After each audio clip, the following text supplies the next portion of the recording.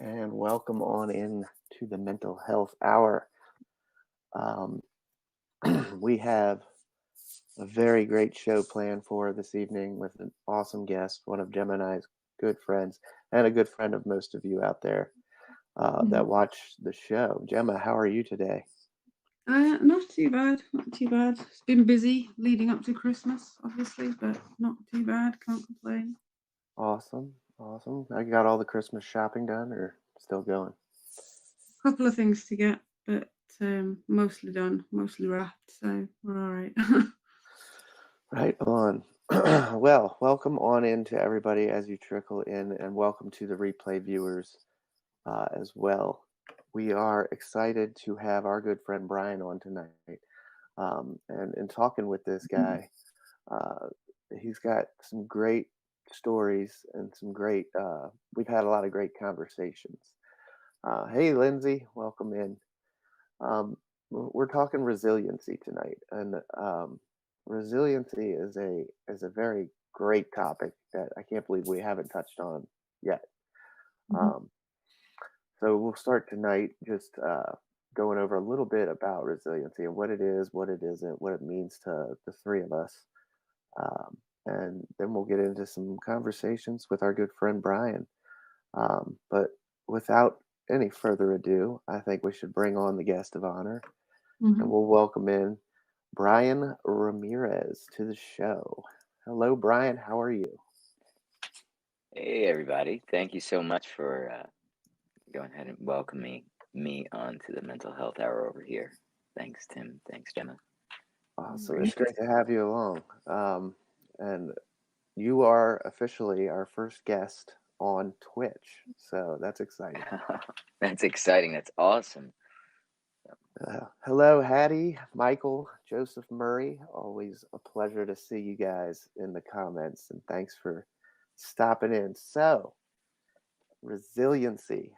I started mentioning a little bit at the beginning that what it means to us, and how uh, the conversations that we've had, whether it be on a stream together in the creative multiverse, just chilling, or in the comments section while you're playing some guitar. Um, we've had a lot of great mental health chats, for lack of better terminology. A lot about resiliency and how we move forward and how we adapt. And so I just wanted to start. We'll go around. We'll start with Gemma. Uh, what does resiliency mean to you, Gemma? Um, I guess for me, like specifically coming to terms with stuff that's happened and adapting my life to either accommodate those things or to get over them somehow. Right. Trying not to let the past influence the future and the present, and trying not to constantly live in the past and be affected too much by what's happened. Absolutely. Hmm. Perfect. And Bryan, we'll throw it over to you now. What is resiliency to you? What does this great word mean to Bryan Ramirez? Well, I gotta say, it's for me, it's very much that flexibility that Gemma was talking about too. The ability to kind of adapt and be flexible in certain situations that may demand you to, have something a way that you may not have necessarily thought that it would be, or because life is always throwing those curveballs. So the ability to even just get back up, dust yourself off, and say, "Hey, it got me, but I Mm. got this, and we're gonna go at it again." That to me is definitely what resilience has been in my life. Awesome. Right. And I have to agree with the two of you. Resiliency to me is just simply that, that falling off the horse, getting up, brushing yourself off, and keeping on, keeping on. Um, Certainly, we talked a lot about my substance abuse issue um, as an alcoholic, and that certainly batted me down to quite a low that I've never felt before. probably the lowest that I've ever felt before. That feeling of helplessness and unable to manage my own life is just Yeah. something that was really hard to come to terms with.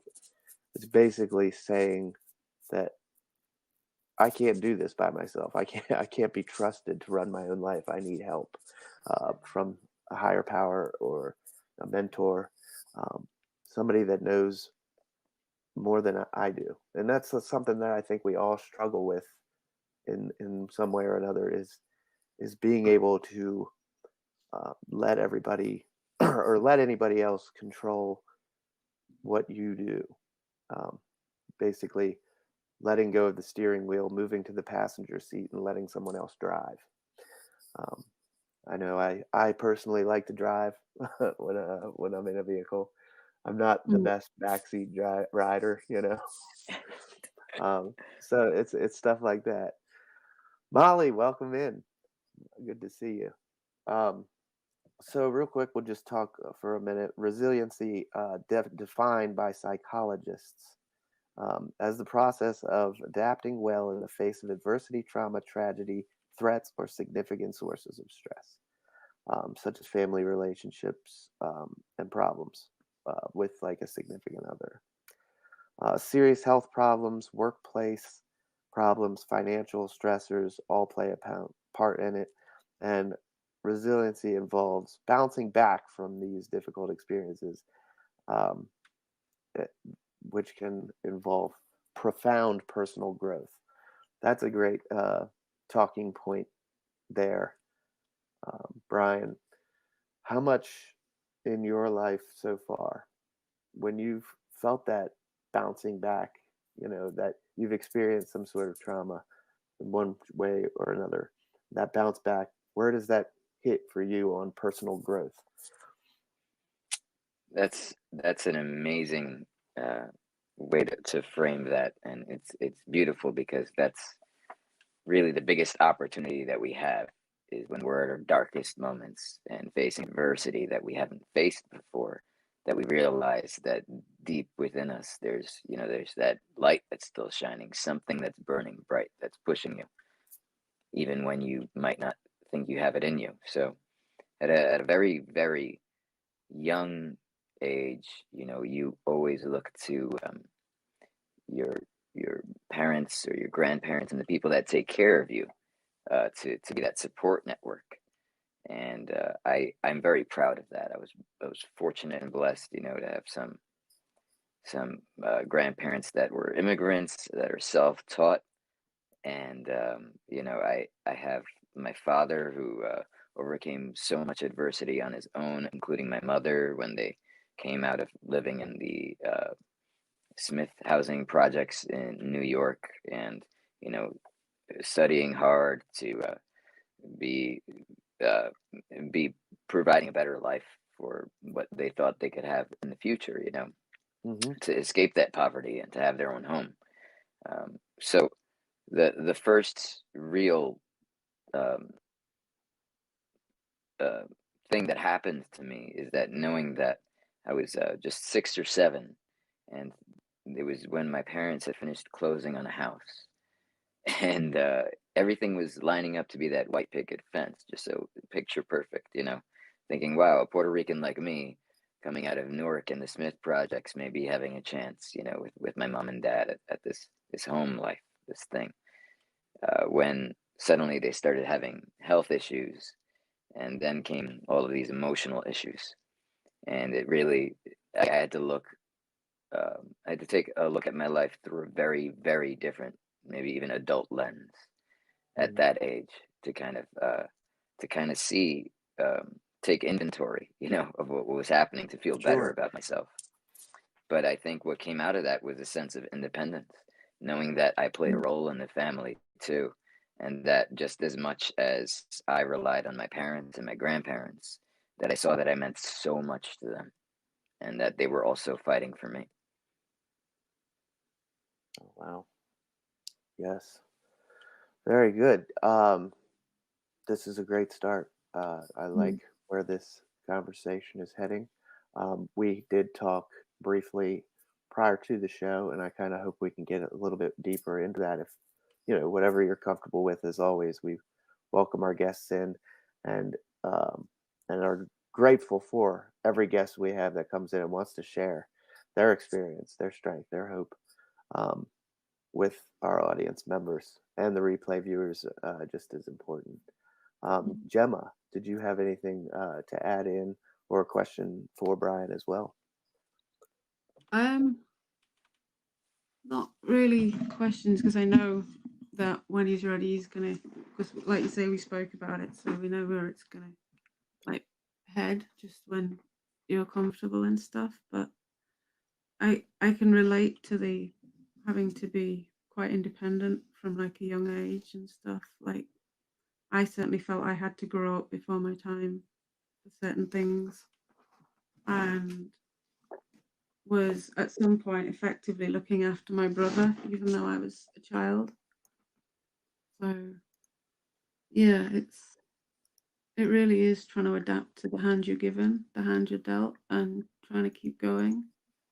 And certainly for me, I know quite a few times I've wanted to give up completely, but knowing I've got the protective factor of my son, that's what keeps me going. Even on my darkest days when I've just been like, do you know what, I could quite easily give up on all this. Hmm. I thought, do you know what, I can't, because I have that protective factor when it comes to my son. So yeah, I can I can relate with that. Right on. Absolutely. It's so empowering, Gemma, and Mm. I relate to that, especially being a parent myself. And Mhm. you know, I don't think I had a concept of that until that age, that I had a role in the family. Mhm. And it, as you guys had mentioned, we did touch on this, and to dive a little bit deep, you know, all too often when you have health issues, and it doesn't always have to be health issues with families. It could be a mixture of things. It could be financial issues that come about, and those things generally bring out more of the emotional issues either way. So you have confounding factors that were starting to build up in my parents' life at this point, Mhm. between their monetary issues with the medical bills, and health issues that were taking place. Because I Mhm. woke up one morning, and I remember my mother really, she was such a strong person. She was always the kind of a person who would be dancing in the living room and then making her way, singing to a giant wooden spoon while she was cooking to Mark Anthony or something, and then, or Gloria Estefan. And then she was so out of it. I was expecting, I had been asking my parents some time for a younger brother, for a sibling, and my mother was supposed to have um, uh, a little boy, and then my father and my mother discovered when she was in labor that unfortunately she had a rare blood disorder that they couldn't understand. It ended up being ITP, which evolves into lupus, and they didn't know it at the because it was in the 80s, of course, Mm. and they were doing everything that they could to save my mom and the unborn child, but at one point they had to give my father a choice, and my father chose to save my mother's life because he couldn't imagine a world where I I grew up without my mom. Hmm. Mhm. And uh, that day, it,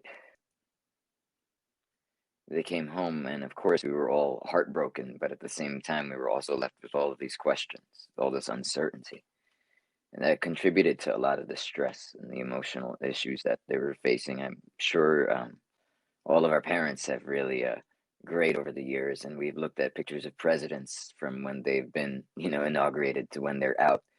But Hmm. my Mm. father beat all those records in just 1 year, going completely gray, just completely gray. Um, I know what between you mean. that,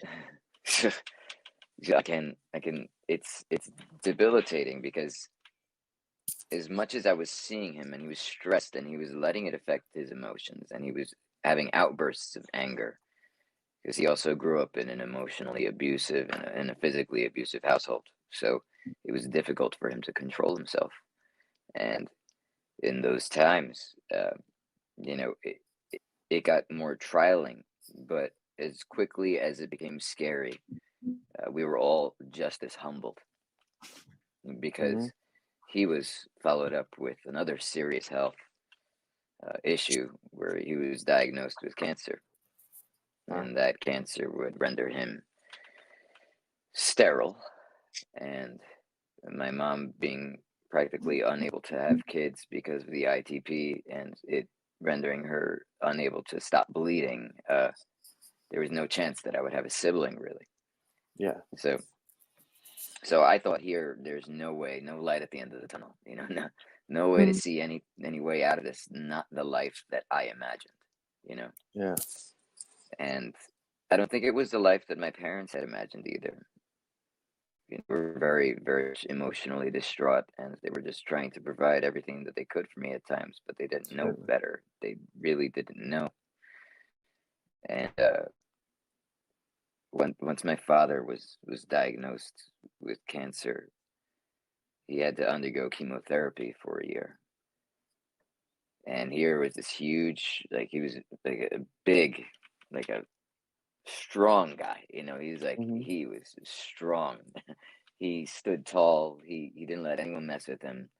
And yeah, he was kind of intimidating at home too. So he crumbled.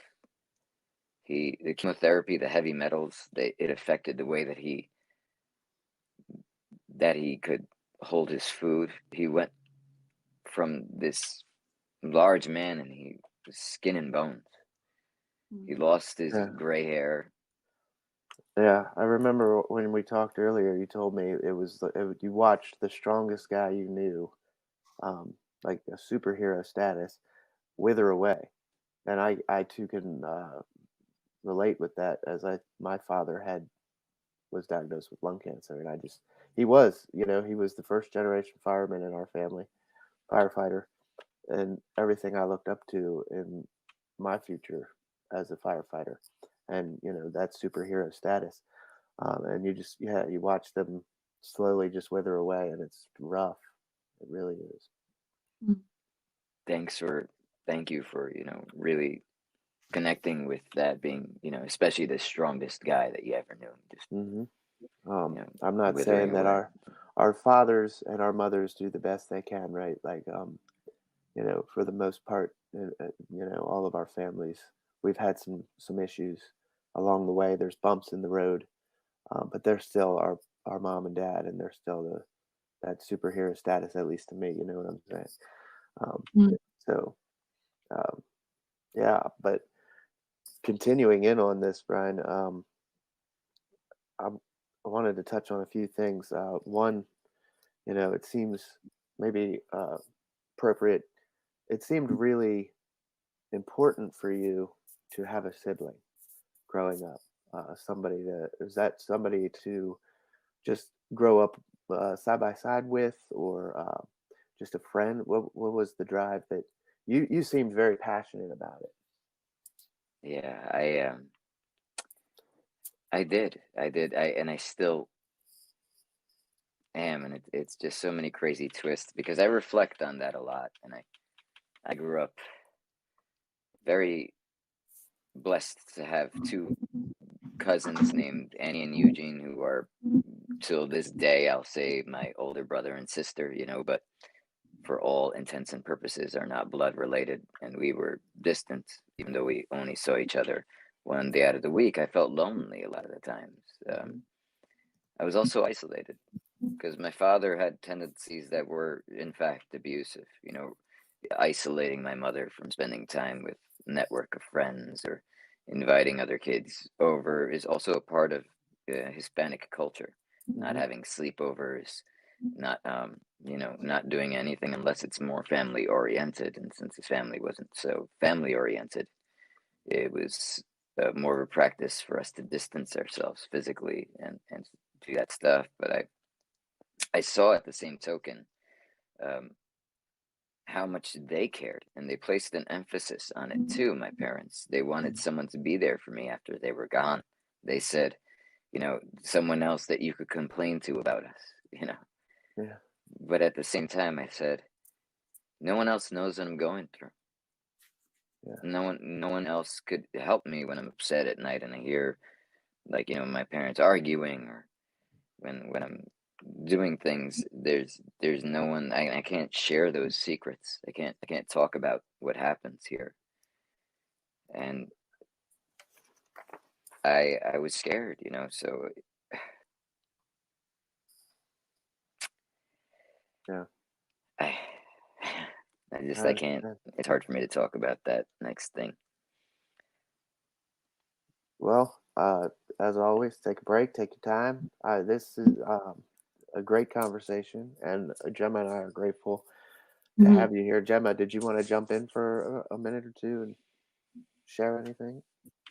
Um, no, I just think you're being incredibly brave, though, Brian, sharing this, and I really appreciate you doing this.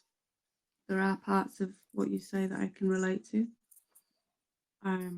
but all I can say is for you to have overcome what you shared here live, and then some of the other things that we spoke about, and for you to still be able to get up every morning to do your job, to look after your sons, and you can see how much you idolize them. Your face lights up every time you mention them. For you Yeah. to just do that, that is incredibly brave. So never doubt Thank you. yourself. I know it's hard, but Well, you've come a long way. I appreciate that, and I think that our lives are always kind of changing, and we don't know who's going to be in our lives all the time. We're blessed to have Oh, everybody, and I express gratitude and thankfulness. And well, I'm always thankful that I still have my parents in my life. Just to Hmm. also preface that, moving forward, if anyone is listening and wondering if they're still alive, yes, they're still with us, and I'm absolutely thankful for them. I I will admit though that that relationship is not, always 110%. Everybody mhm. has their ups and downs, and Tim is right. They may not be perfect, but they are your parents, Yeah. and we certainly will certainly always have a place in our heart that is there with an abundance of love for them and Hmm. gratitude. But my father, my father showed me a lot of things the tough way, but he more than Mm, he taught me things the hard way. I think it's what he put people and anyone, anything through around him that taught me more about resilience, that they could survive whatever negativity he was dishing out. That if he mhm, was physically or mentally abusive, that they would move past it, that it wouldn't get the best Absolutely. of them, and that they would be better for it if they moved mhm, on. And Absolutely. it was really hard to let go of some important things in my life. If mhm, there were pets, if there were people that I would consider friends that I couldn't have over, and I couldn't fully accept myself, and I still have mhm, trouble with that at times, and the anxiety that I carry around and the stress because of me being so much like my father in many ways. Hmm. mm, But I begin to see and only gradually acknowledge, how these things play a big impact on how we see our life panning out in the future, and how we see, what our expectations are with the relationships that we have. So through all those hardships, I thought to myself, well, I don't want to be like that at all. If mhm, I'm going to pick myself and dust myself off from this, I learned I don't want to be financially dependent. I don't want to do this or that. I want to distance myself from this circumstance as much as possible, as quickly as possible. Hmm. so that I could establish my own life. And that's why, unlike a lot of the people in my generation over here in New Jersey who lived in their parents' basements for a long time, I Mm. started playing guitar on the South Street Seaport, taking requests and covers on the boardwalk just to pay rent. And I lived in Mm. the basement in Teaneck just to get out of there for a bit. And I felt So in comes the music. We all know Bryan, uh, Mm. master of the uh, yes. cover requests on Haft's Twitch, YouTube. Um, his bio link is in the comments, and maybe Gemma can pop that in one more time. And Mm. if you want to find anything Bryan Ramirez related, he does have a bio link as well. So we'll pop that in the chat for you. He's gonna join the website as well, tmhhonline.com. I'll be putting him on there as one of our guests and anything promotional for him as well. Um, so uh, moving forward, you grabbed the guitar. Uh, you wanna tell us a little bit more about how music became so pivotal in your life as far as your resiliency path and bouncing back and dealing with traumas? Absolutely. It had several different chapters leading up to what I think would fit in a verse of a song I'd like to share with you guys. But Sure. you know, from when I was growing up, my grandfather didn't know English. He didn't know guitar. He told me stories, and he'd tell me all this stuff about when he came to America. He would learn English just by doing the crossword puzzles and by talking to people, reading as much as he could. And Mm. then he said, "Well, if I could learn this language, I could learn music. I could pick up the guitar. I could do this." He was destined for it, he said, because his name is Cancio, and it was in Puerto Rico that they said, you know, this son is special. He's gonna do something in his life with music, Hmm. and that he can really touch people with his song. So you have to name him after music. And that was what the person said to my great grandfather, and he named him Cancio, which is short for canción, which is song in Spanish. So he he imbued that in everyone's life, my uncle and mine, and he taught me all of that um, influence of love of music first, and just being able to enjoy it. And when my grandmother was mad, saying, "Ay, sácanos de canción, vete pa carajo," and then he'd be like, "Oh, he'd just play a little louder and smile at me, and everything would be okay." And I Yeah. thought, what a way to cope, what a way to be mindful, what a way to enjoy the moment. You know, my uncle, his son, uh, also had a guitar, of course, and he was going through one of those pivotal times where it really tests you and pushes you to be growing and enter this phase of learning. And before he moved from New York to Colorado, he would always play the guitar for me, and he would come about doing the things that I see some other people do on here that I try to do sometimes, or just saying, "Yeah, you know what? Give me a sentence. Tell me a topic, or give me a word, and I'll go ahead and I'll play that song." So I would just go ahead and name anything, like anything that I saw, and he would be able to make my day just doing that. And I thought to myself, that's amazing how much he could affect me, and regardless of how I felt. If I didn't think that I wanted to go home on a certain day, if I wanted to get my mind off the fact that I just lost the chance of having a little brother or something like that, then music was there.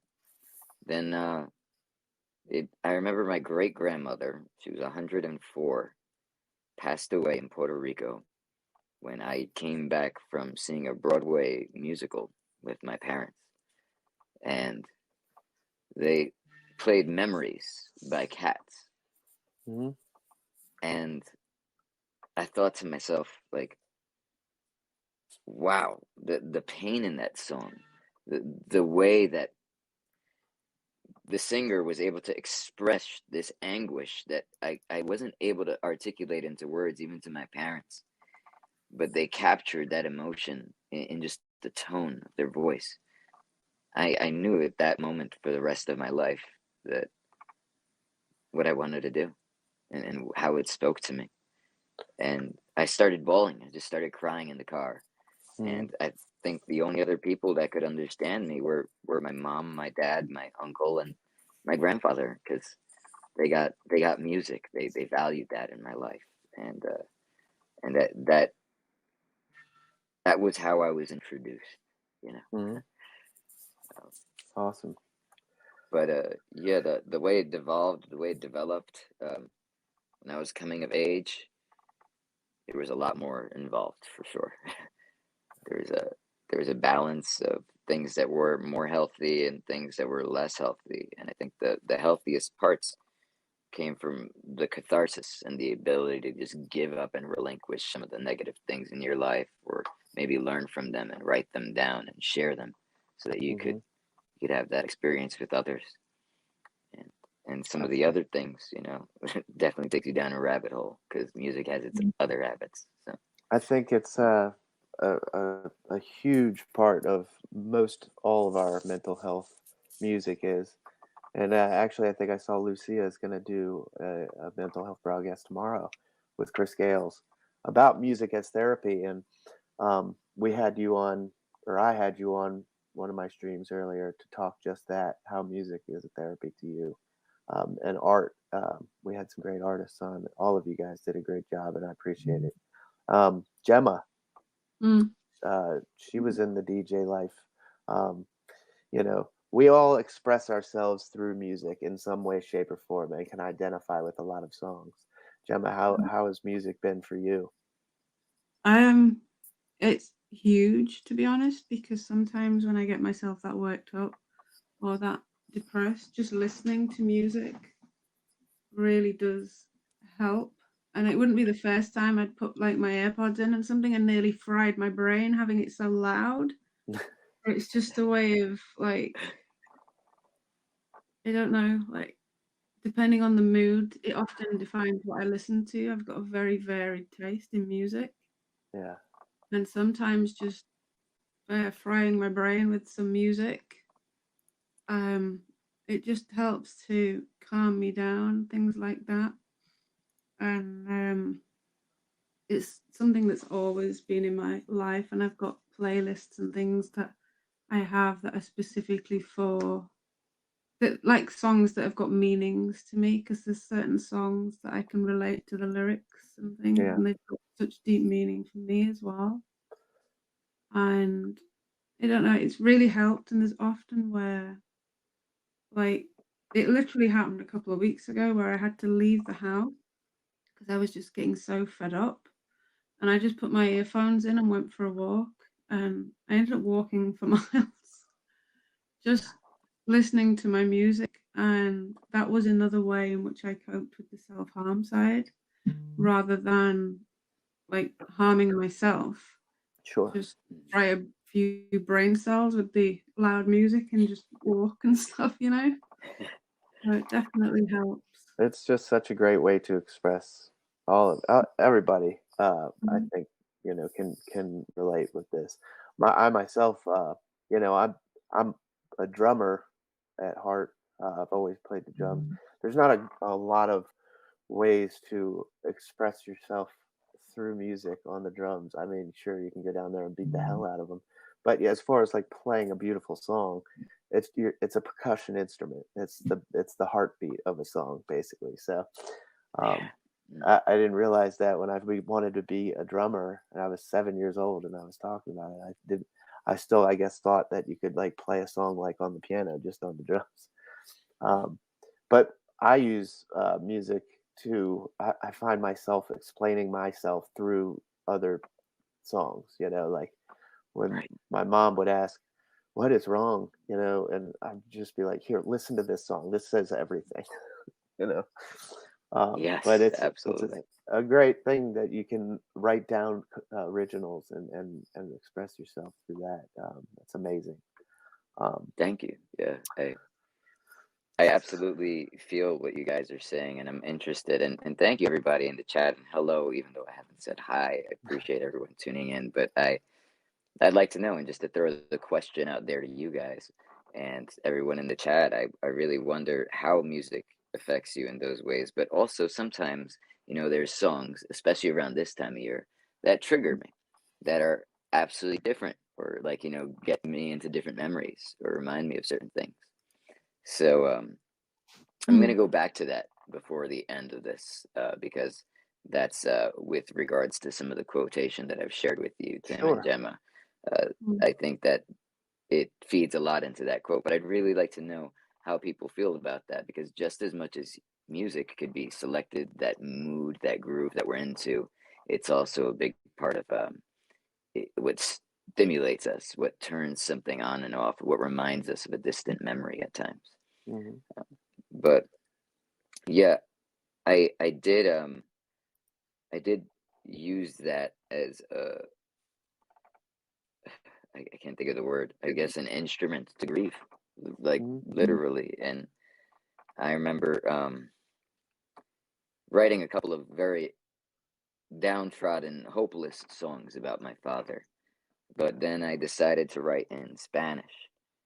And if it was all right with you guys, I'd like to share just the first verse of Yeah, that song with you absolutely. guys. Thank you. And it's a song that's pretty straightforward. It's called Soniador, and that means dreamer, because my father always used to say, he's a dreamer.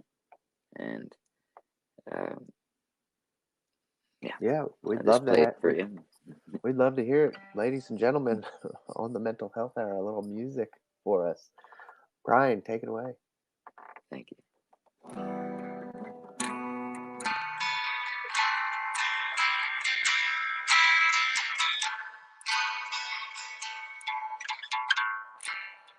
Yo soy naufrago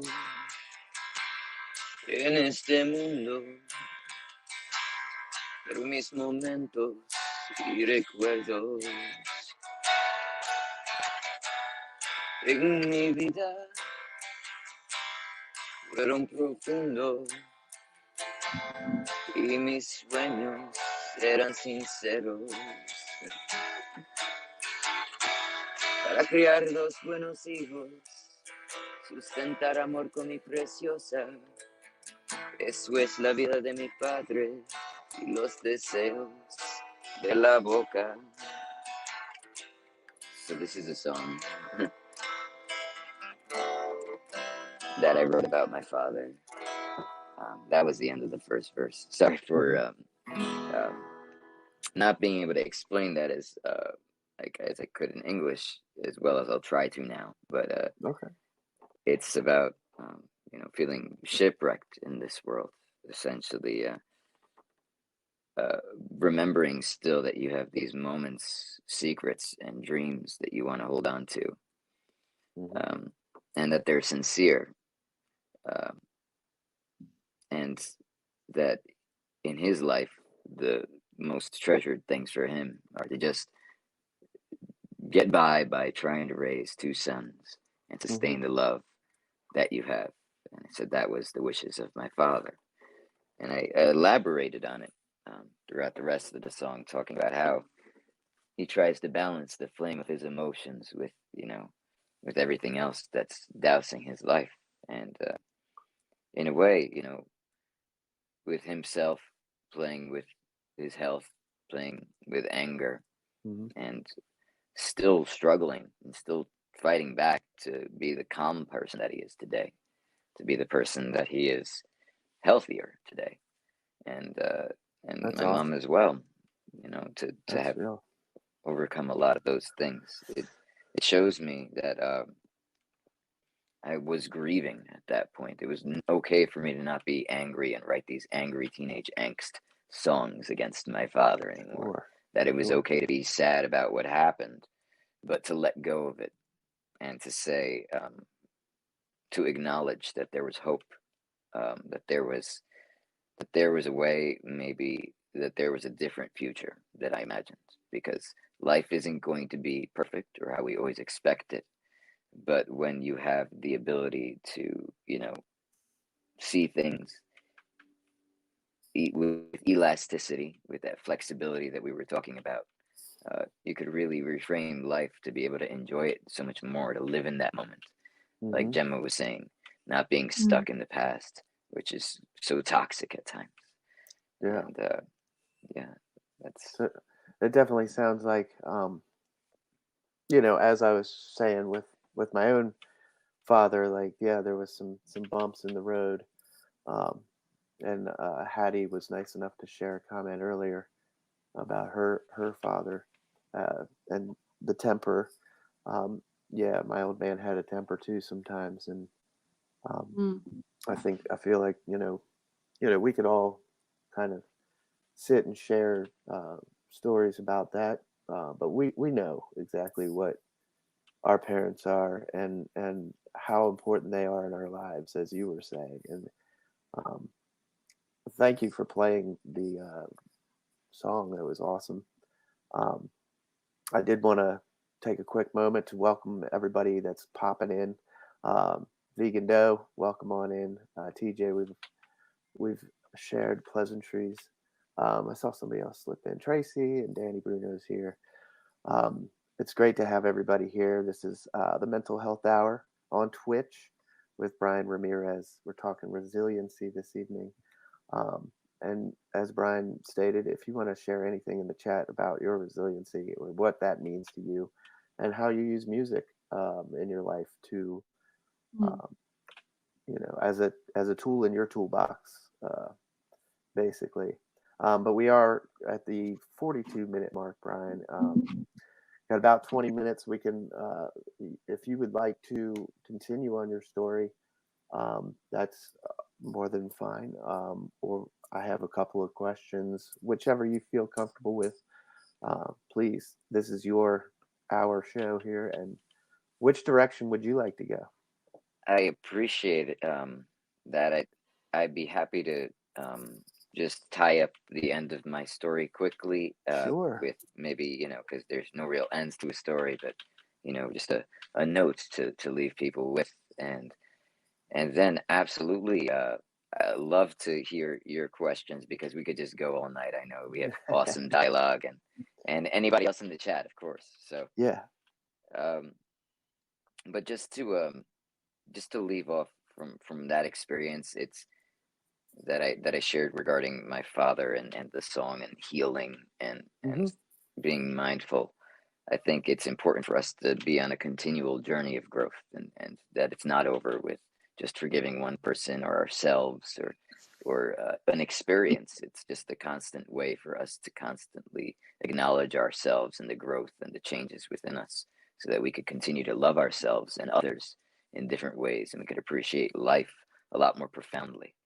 And Mm. for me, I am grieving because of my separation, and my recent divorce, and that's a very, very difficult thing for me to cope with, because specifically it's a life that I once had and I once thought I would live, that I no longer will have, and that's so painful.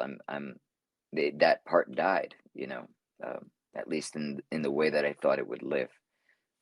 And a song that I remember um, singing to my wife with my uncle on the day of my wedding was "I Won't Give Up" by Mm, Jason Mraz. that's a great song. Mm. And in that song, it talks about the profound love that he has for the person, and how when he looks into their eyes, he sees such unimaginable depth.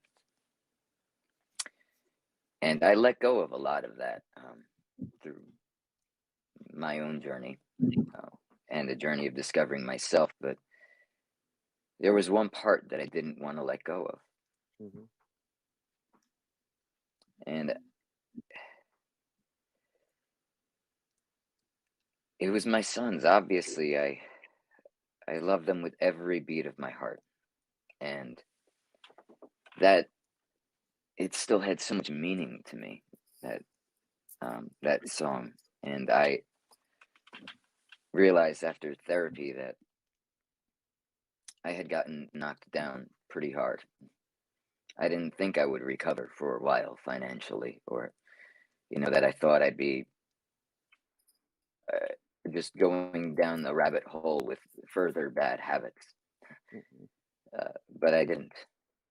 I wouldn't, because I chose resilience and I refused to give up.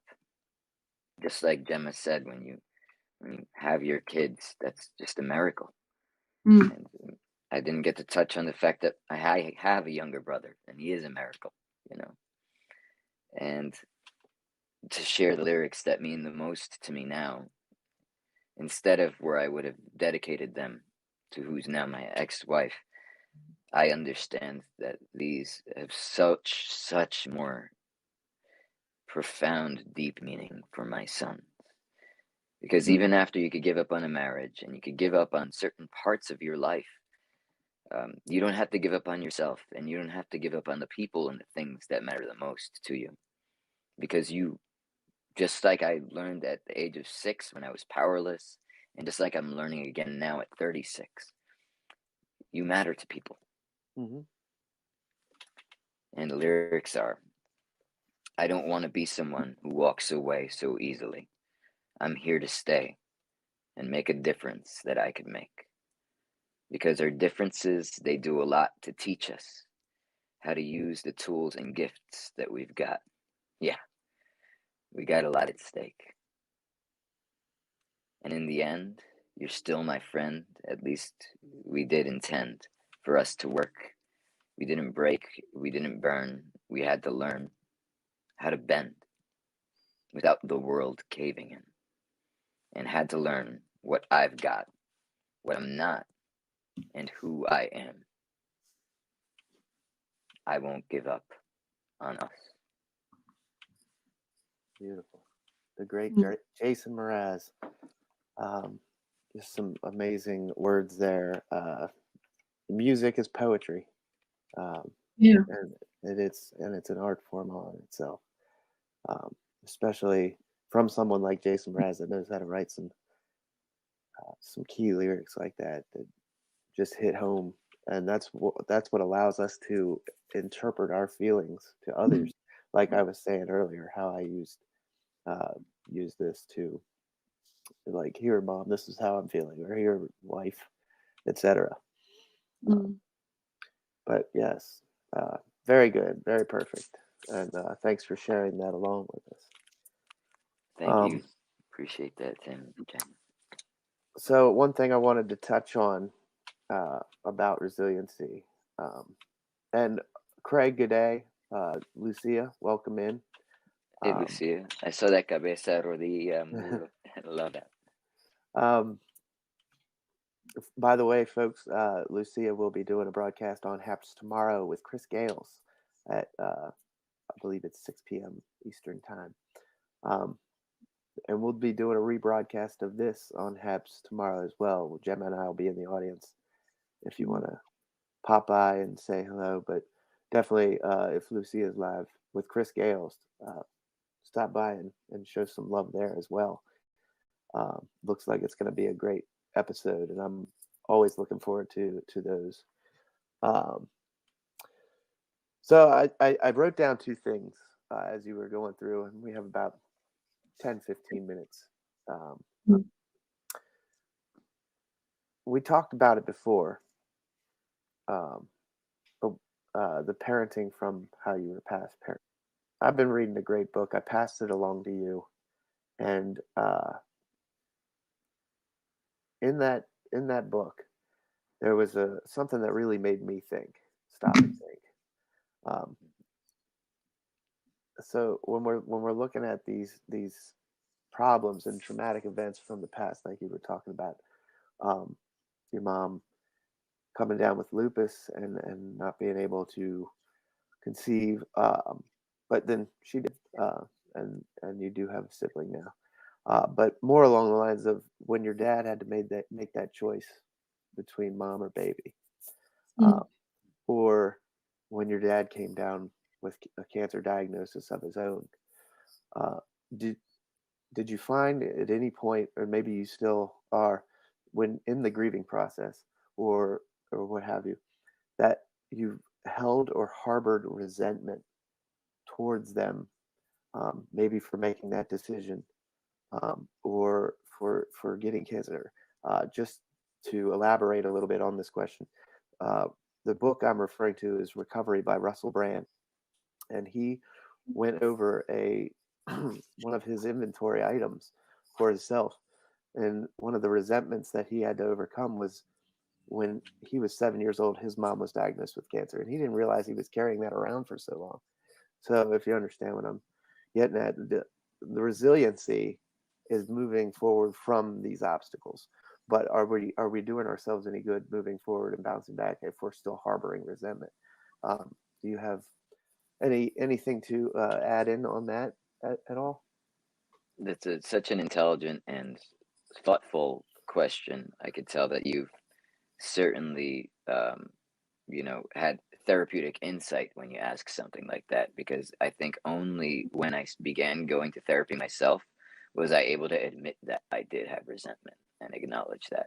So, sharing that book with me was especially meaningful because it there's a lot of puzzle pieces that are on my board already, allowing me to see some things, or at least how they're framed out. But when you put a bunch more on there, I'm like, hey, this is making sense. This Yeah. is how it connects.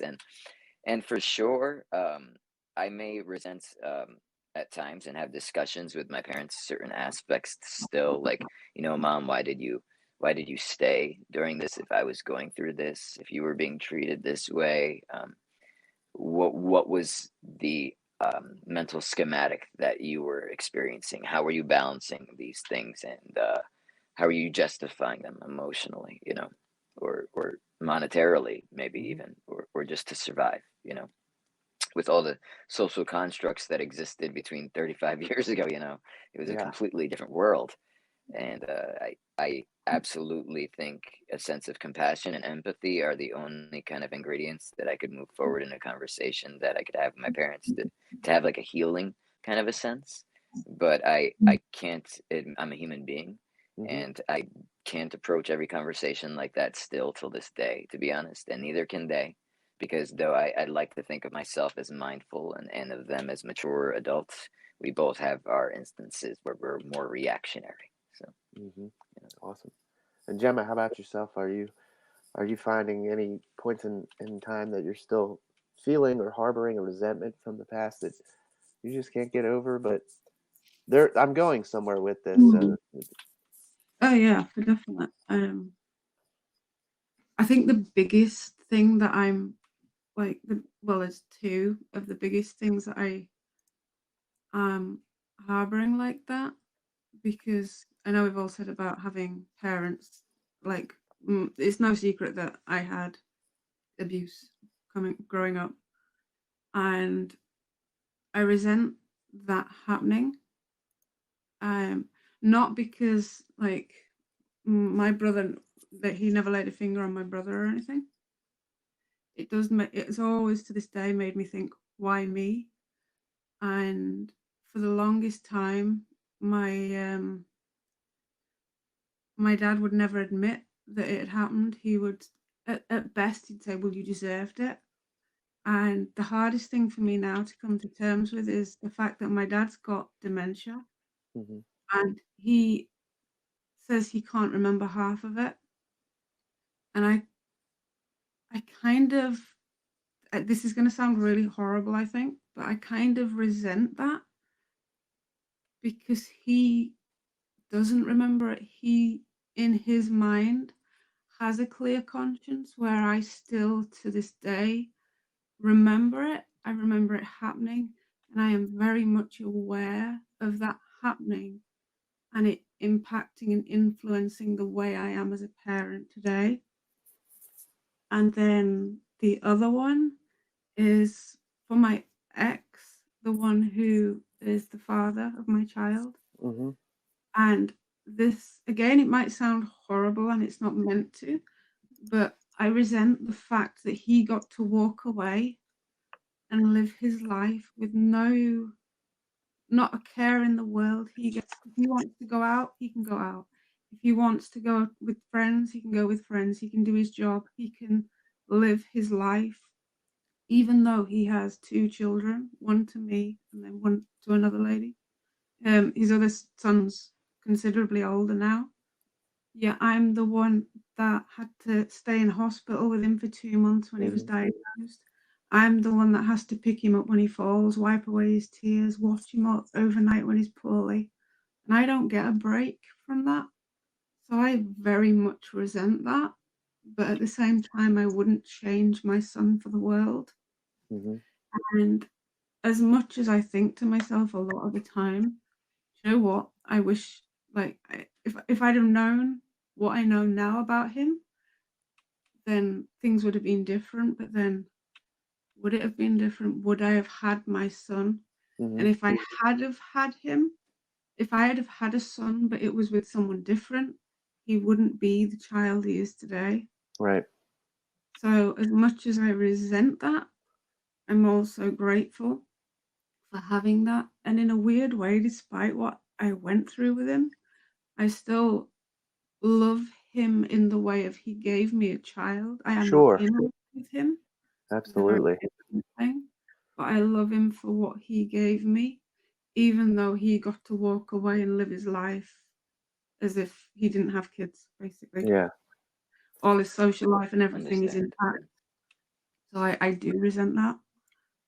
And Yeah. And the reason I ask is, and thank you, Gemma, Mhm. for chiming in with that share as well.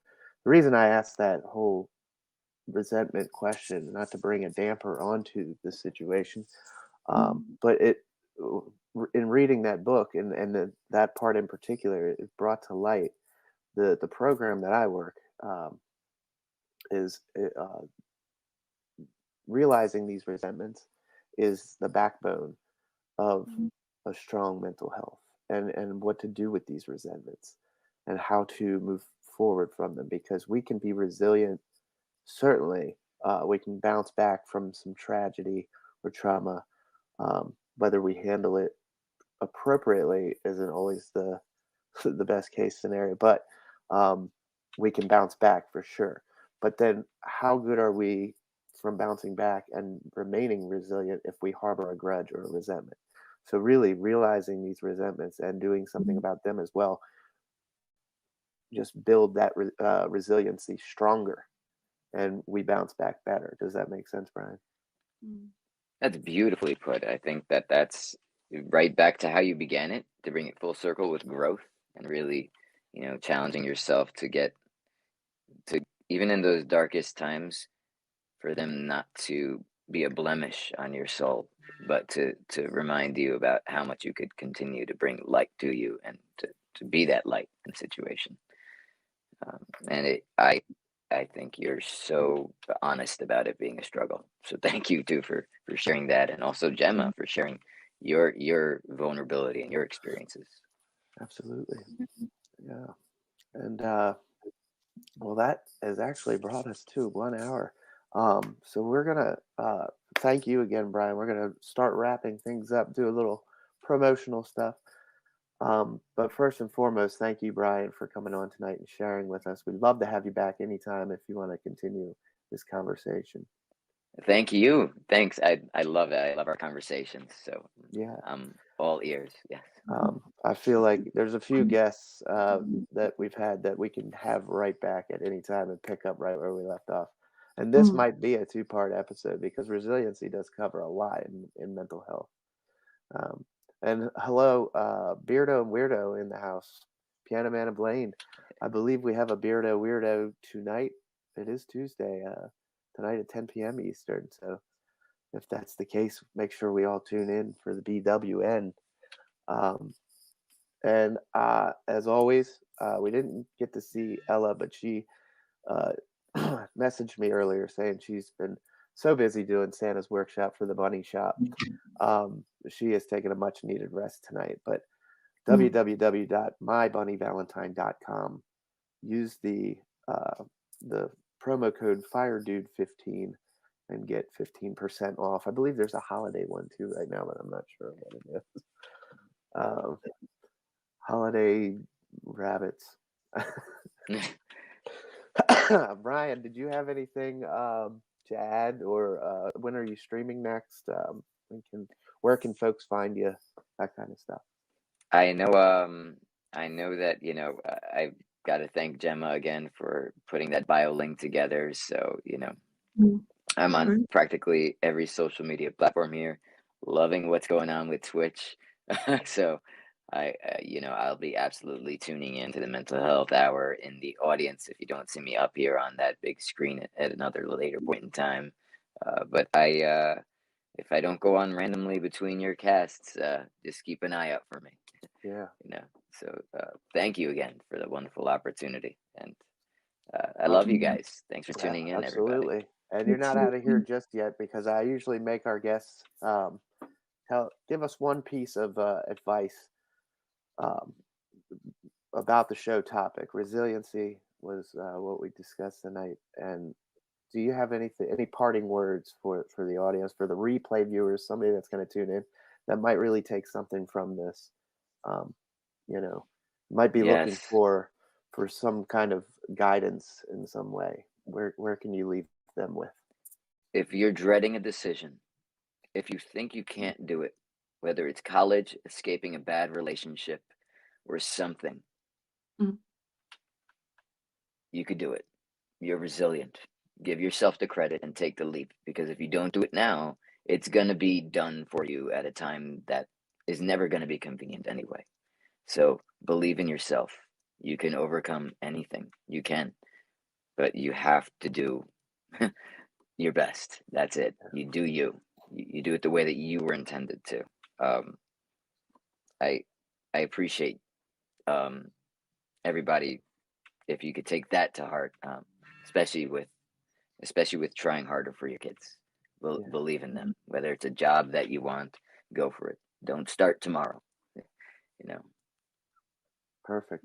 Perfect. Beautiful. Thank you, Bryan, again for coming on, and we'll have Bryan will be around for questions and anything you guys. I know Bryan would be probably more than happy to answer anything if you want to reach out to him with his bio link. Gemma, anything on the way out the door?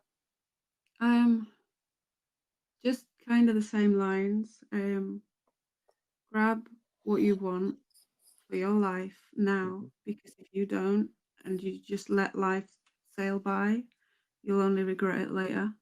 And honestly, with the things, looking back now, if somebody had told me years back that I would have overcome what I have done, I wouldn't have believed them. So sometimes you don't know your own strength until strength is all you've got to have to give. So never give up, and there is absolutely no shame in reaching out for help at all, because as I've said to many people, a problem shared is a problem halved. If somebody wants to help you through something, let them, because there's I find it helps me helping other people, Mm-hmm. and 100%. I do what I do. And don't wait until you think if it's not the right time. Do it now. Act on it now, Yep. because tomorrow isn't promised. Perfect. Well said. Mhm. All right, everybody. Well, thanks again for all the people that tuned in live. Thanks for the subs. Thanks for the bits. Thanks for the cheers. Thanks for the Mhm. emotes, and all the new crazy Twitch stuff that we're learning. Like I said, we will rebroadcast this in the normal time slot for the mental health hour tomorrow on HAPS. Gemini should be there. Mhm. Drop by Lucia's broadcast as well tomorrow, 6 p.m. with Chris Gales. Music is therapy. Um, and Catalyst tonight with Jim in Chicagoland. Uh, a show favorite here at the Mental Health Hour, 11 p.m. Eastern Time. Great show, great program that he puts on for us every Wednesday. So, oh wait, it's not Wednesday. Catalyst is tomorrow night. So, Catalyst tomorrow night at 11. We got Beardo and Weirdo tonight at 10 p.m. Eastern. At the end So of the day, you're restreaming this on Haps, so that will fit in. it'll Well, fit in just great. just Uh, for that. awesome. So we will go ahead and get on out of here. Mhm. Nobody to raid right now, but that's okay. All right, everybody. On behalf of Gemma and I, we hope you guys have a wonderful Christmas. Yeah. We will see everybody in the Discord, and we'll see you all around the platforms. And thanks Mhm. again, Brian. Hope you have a Merry Christmas as well. Merry Christmas, everybody. Happy New Yeah, Year. Merry Yes. Christmas. All righty. We'll see you guys next week. Bye Yeah. now.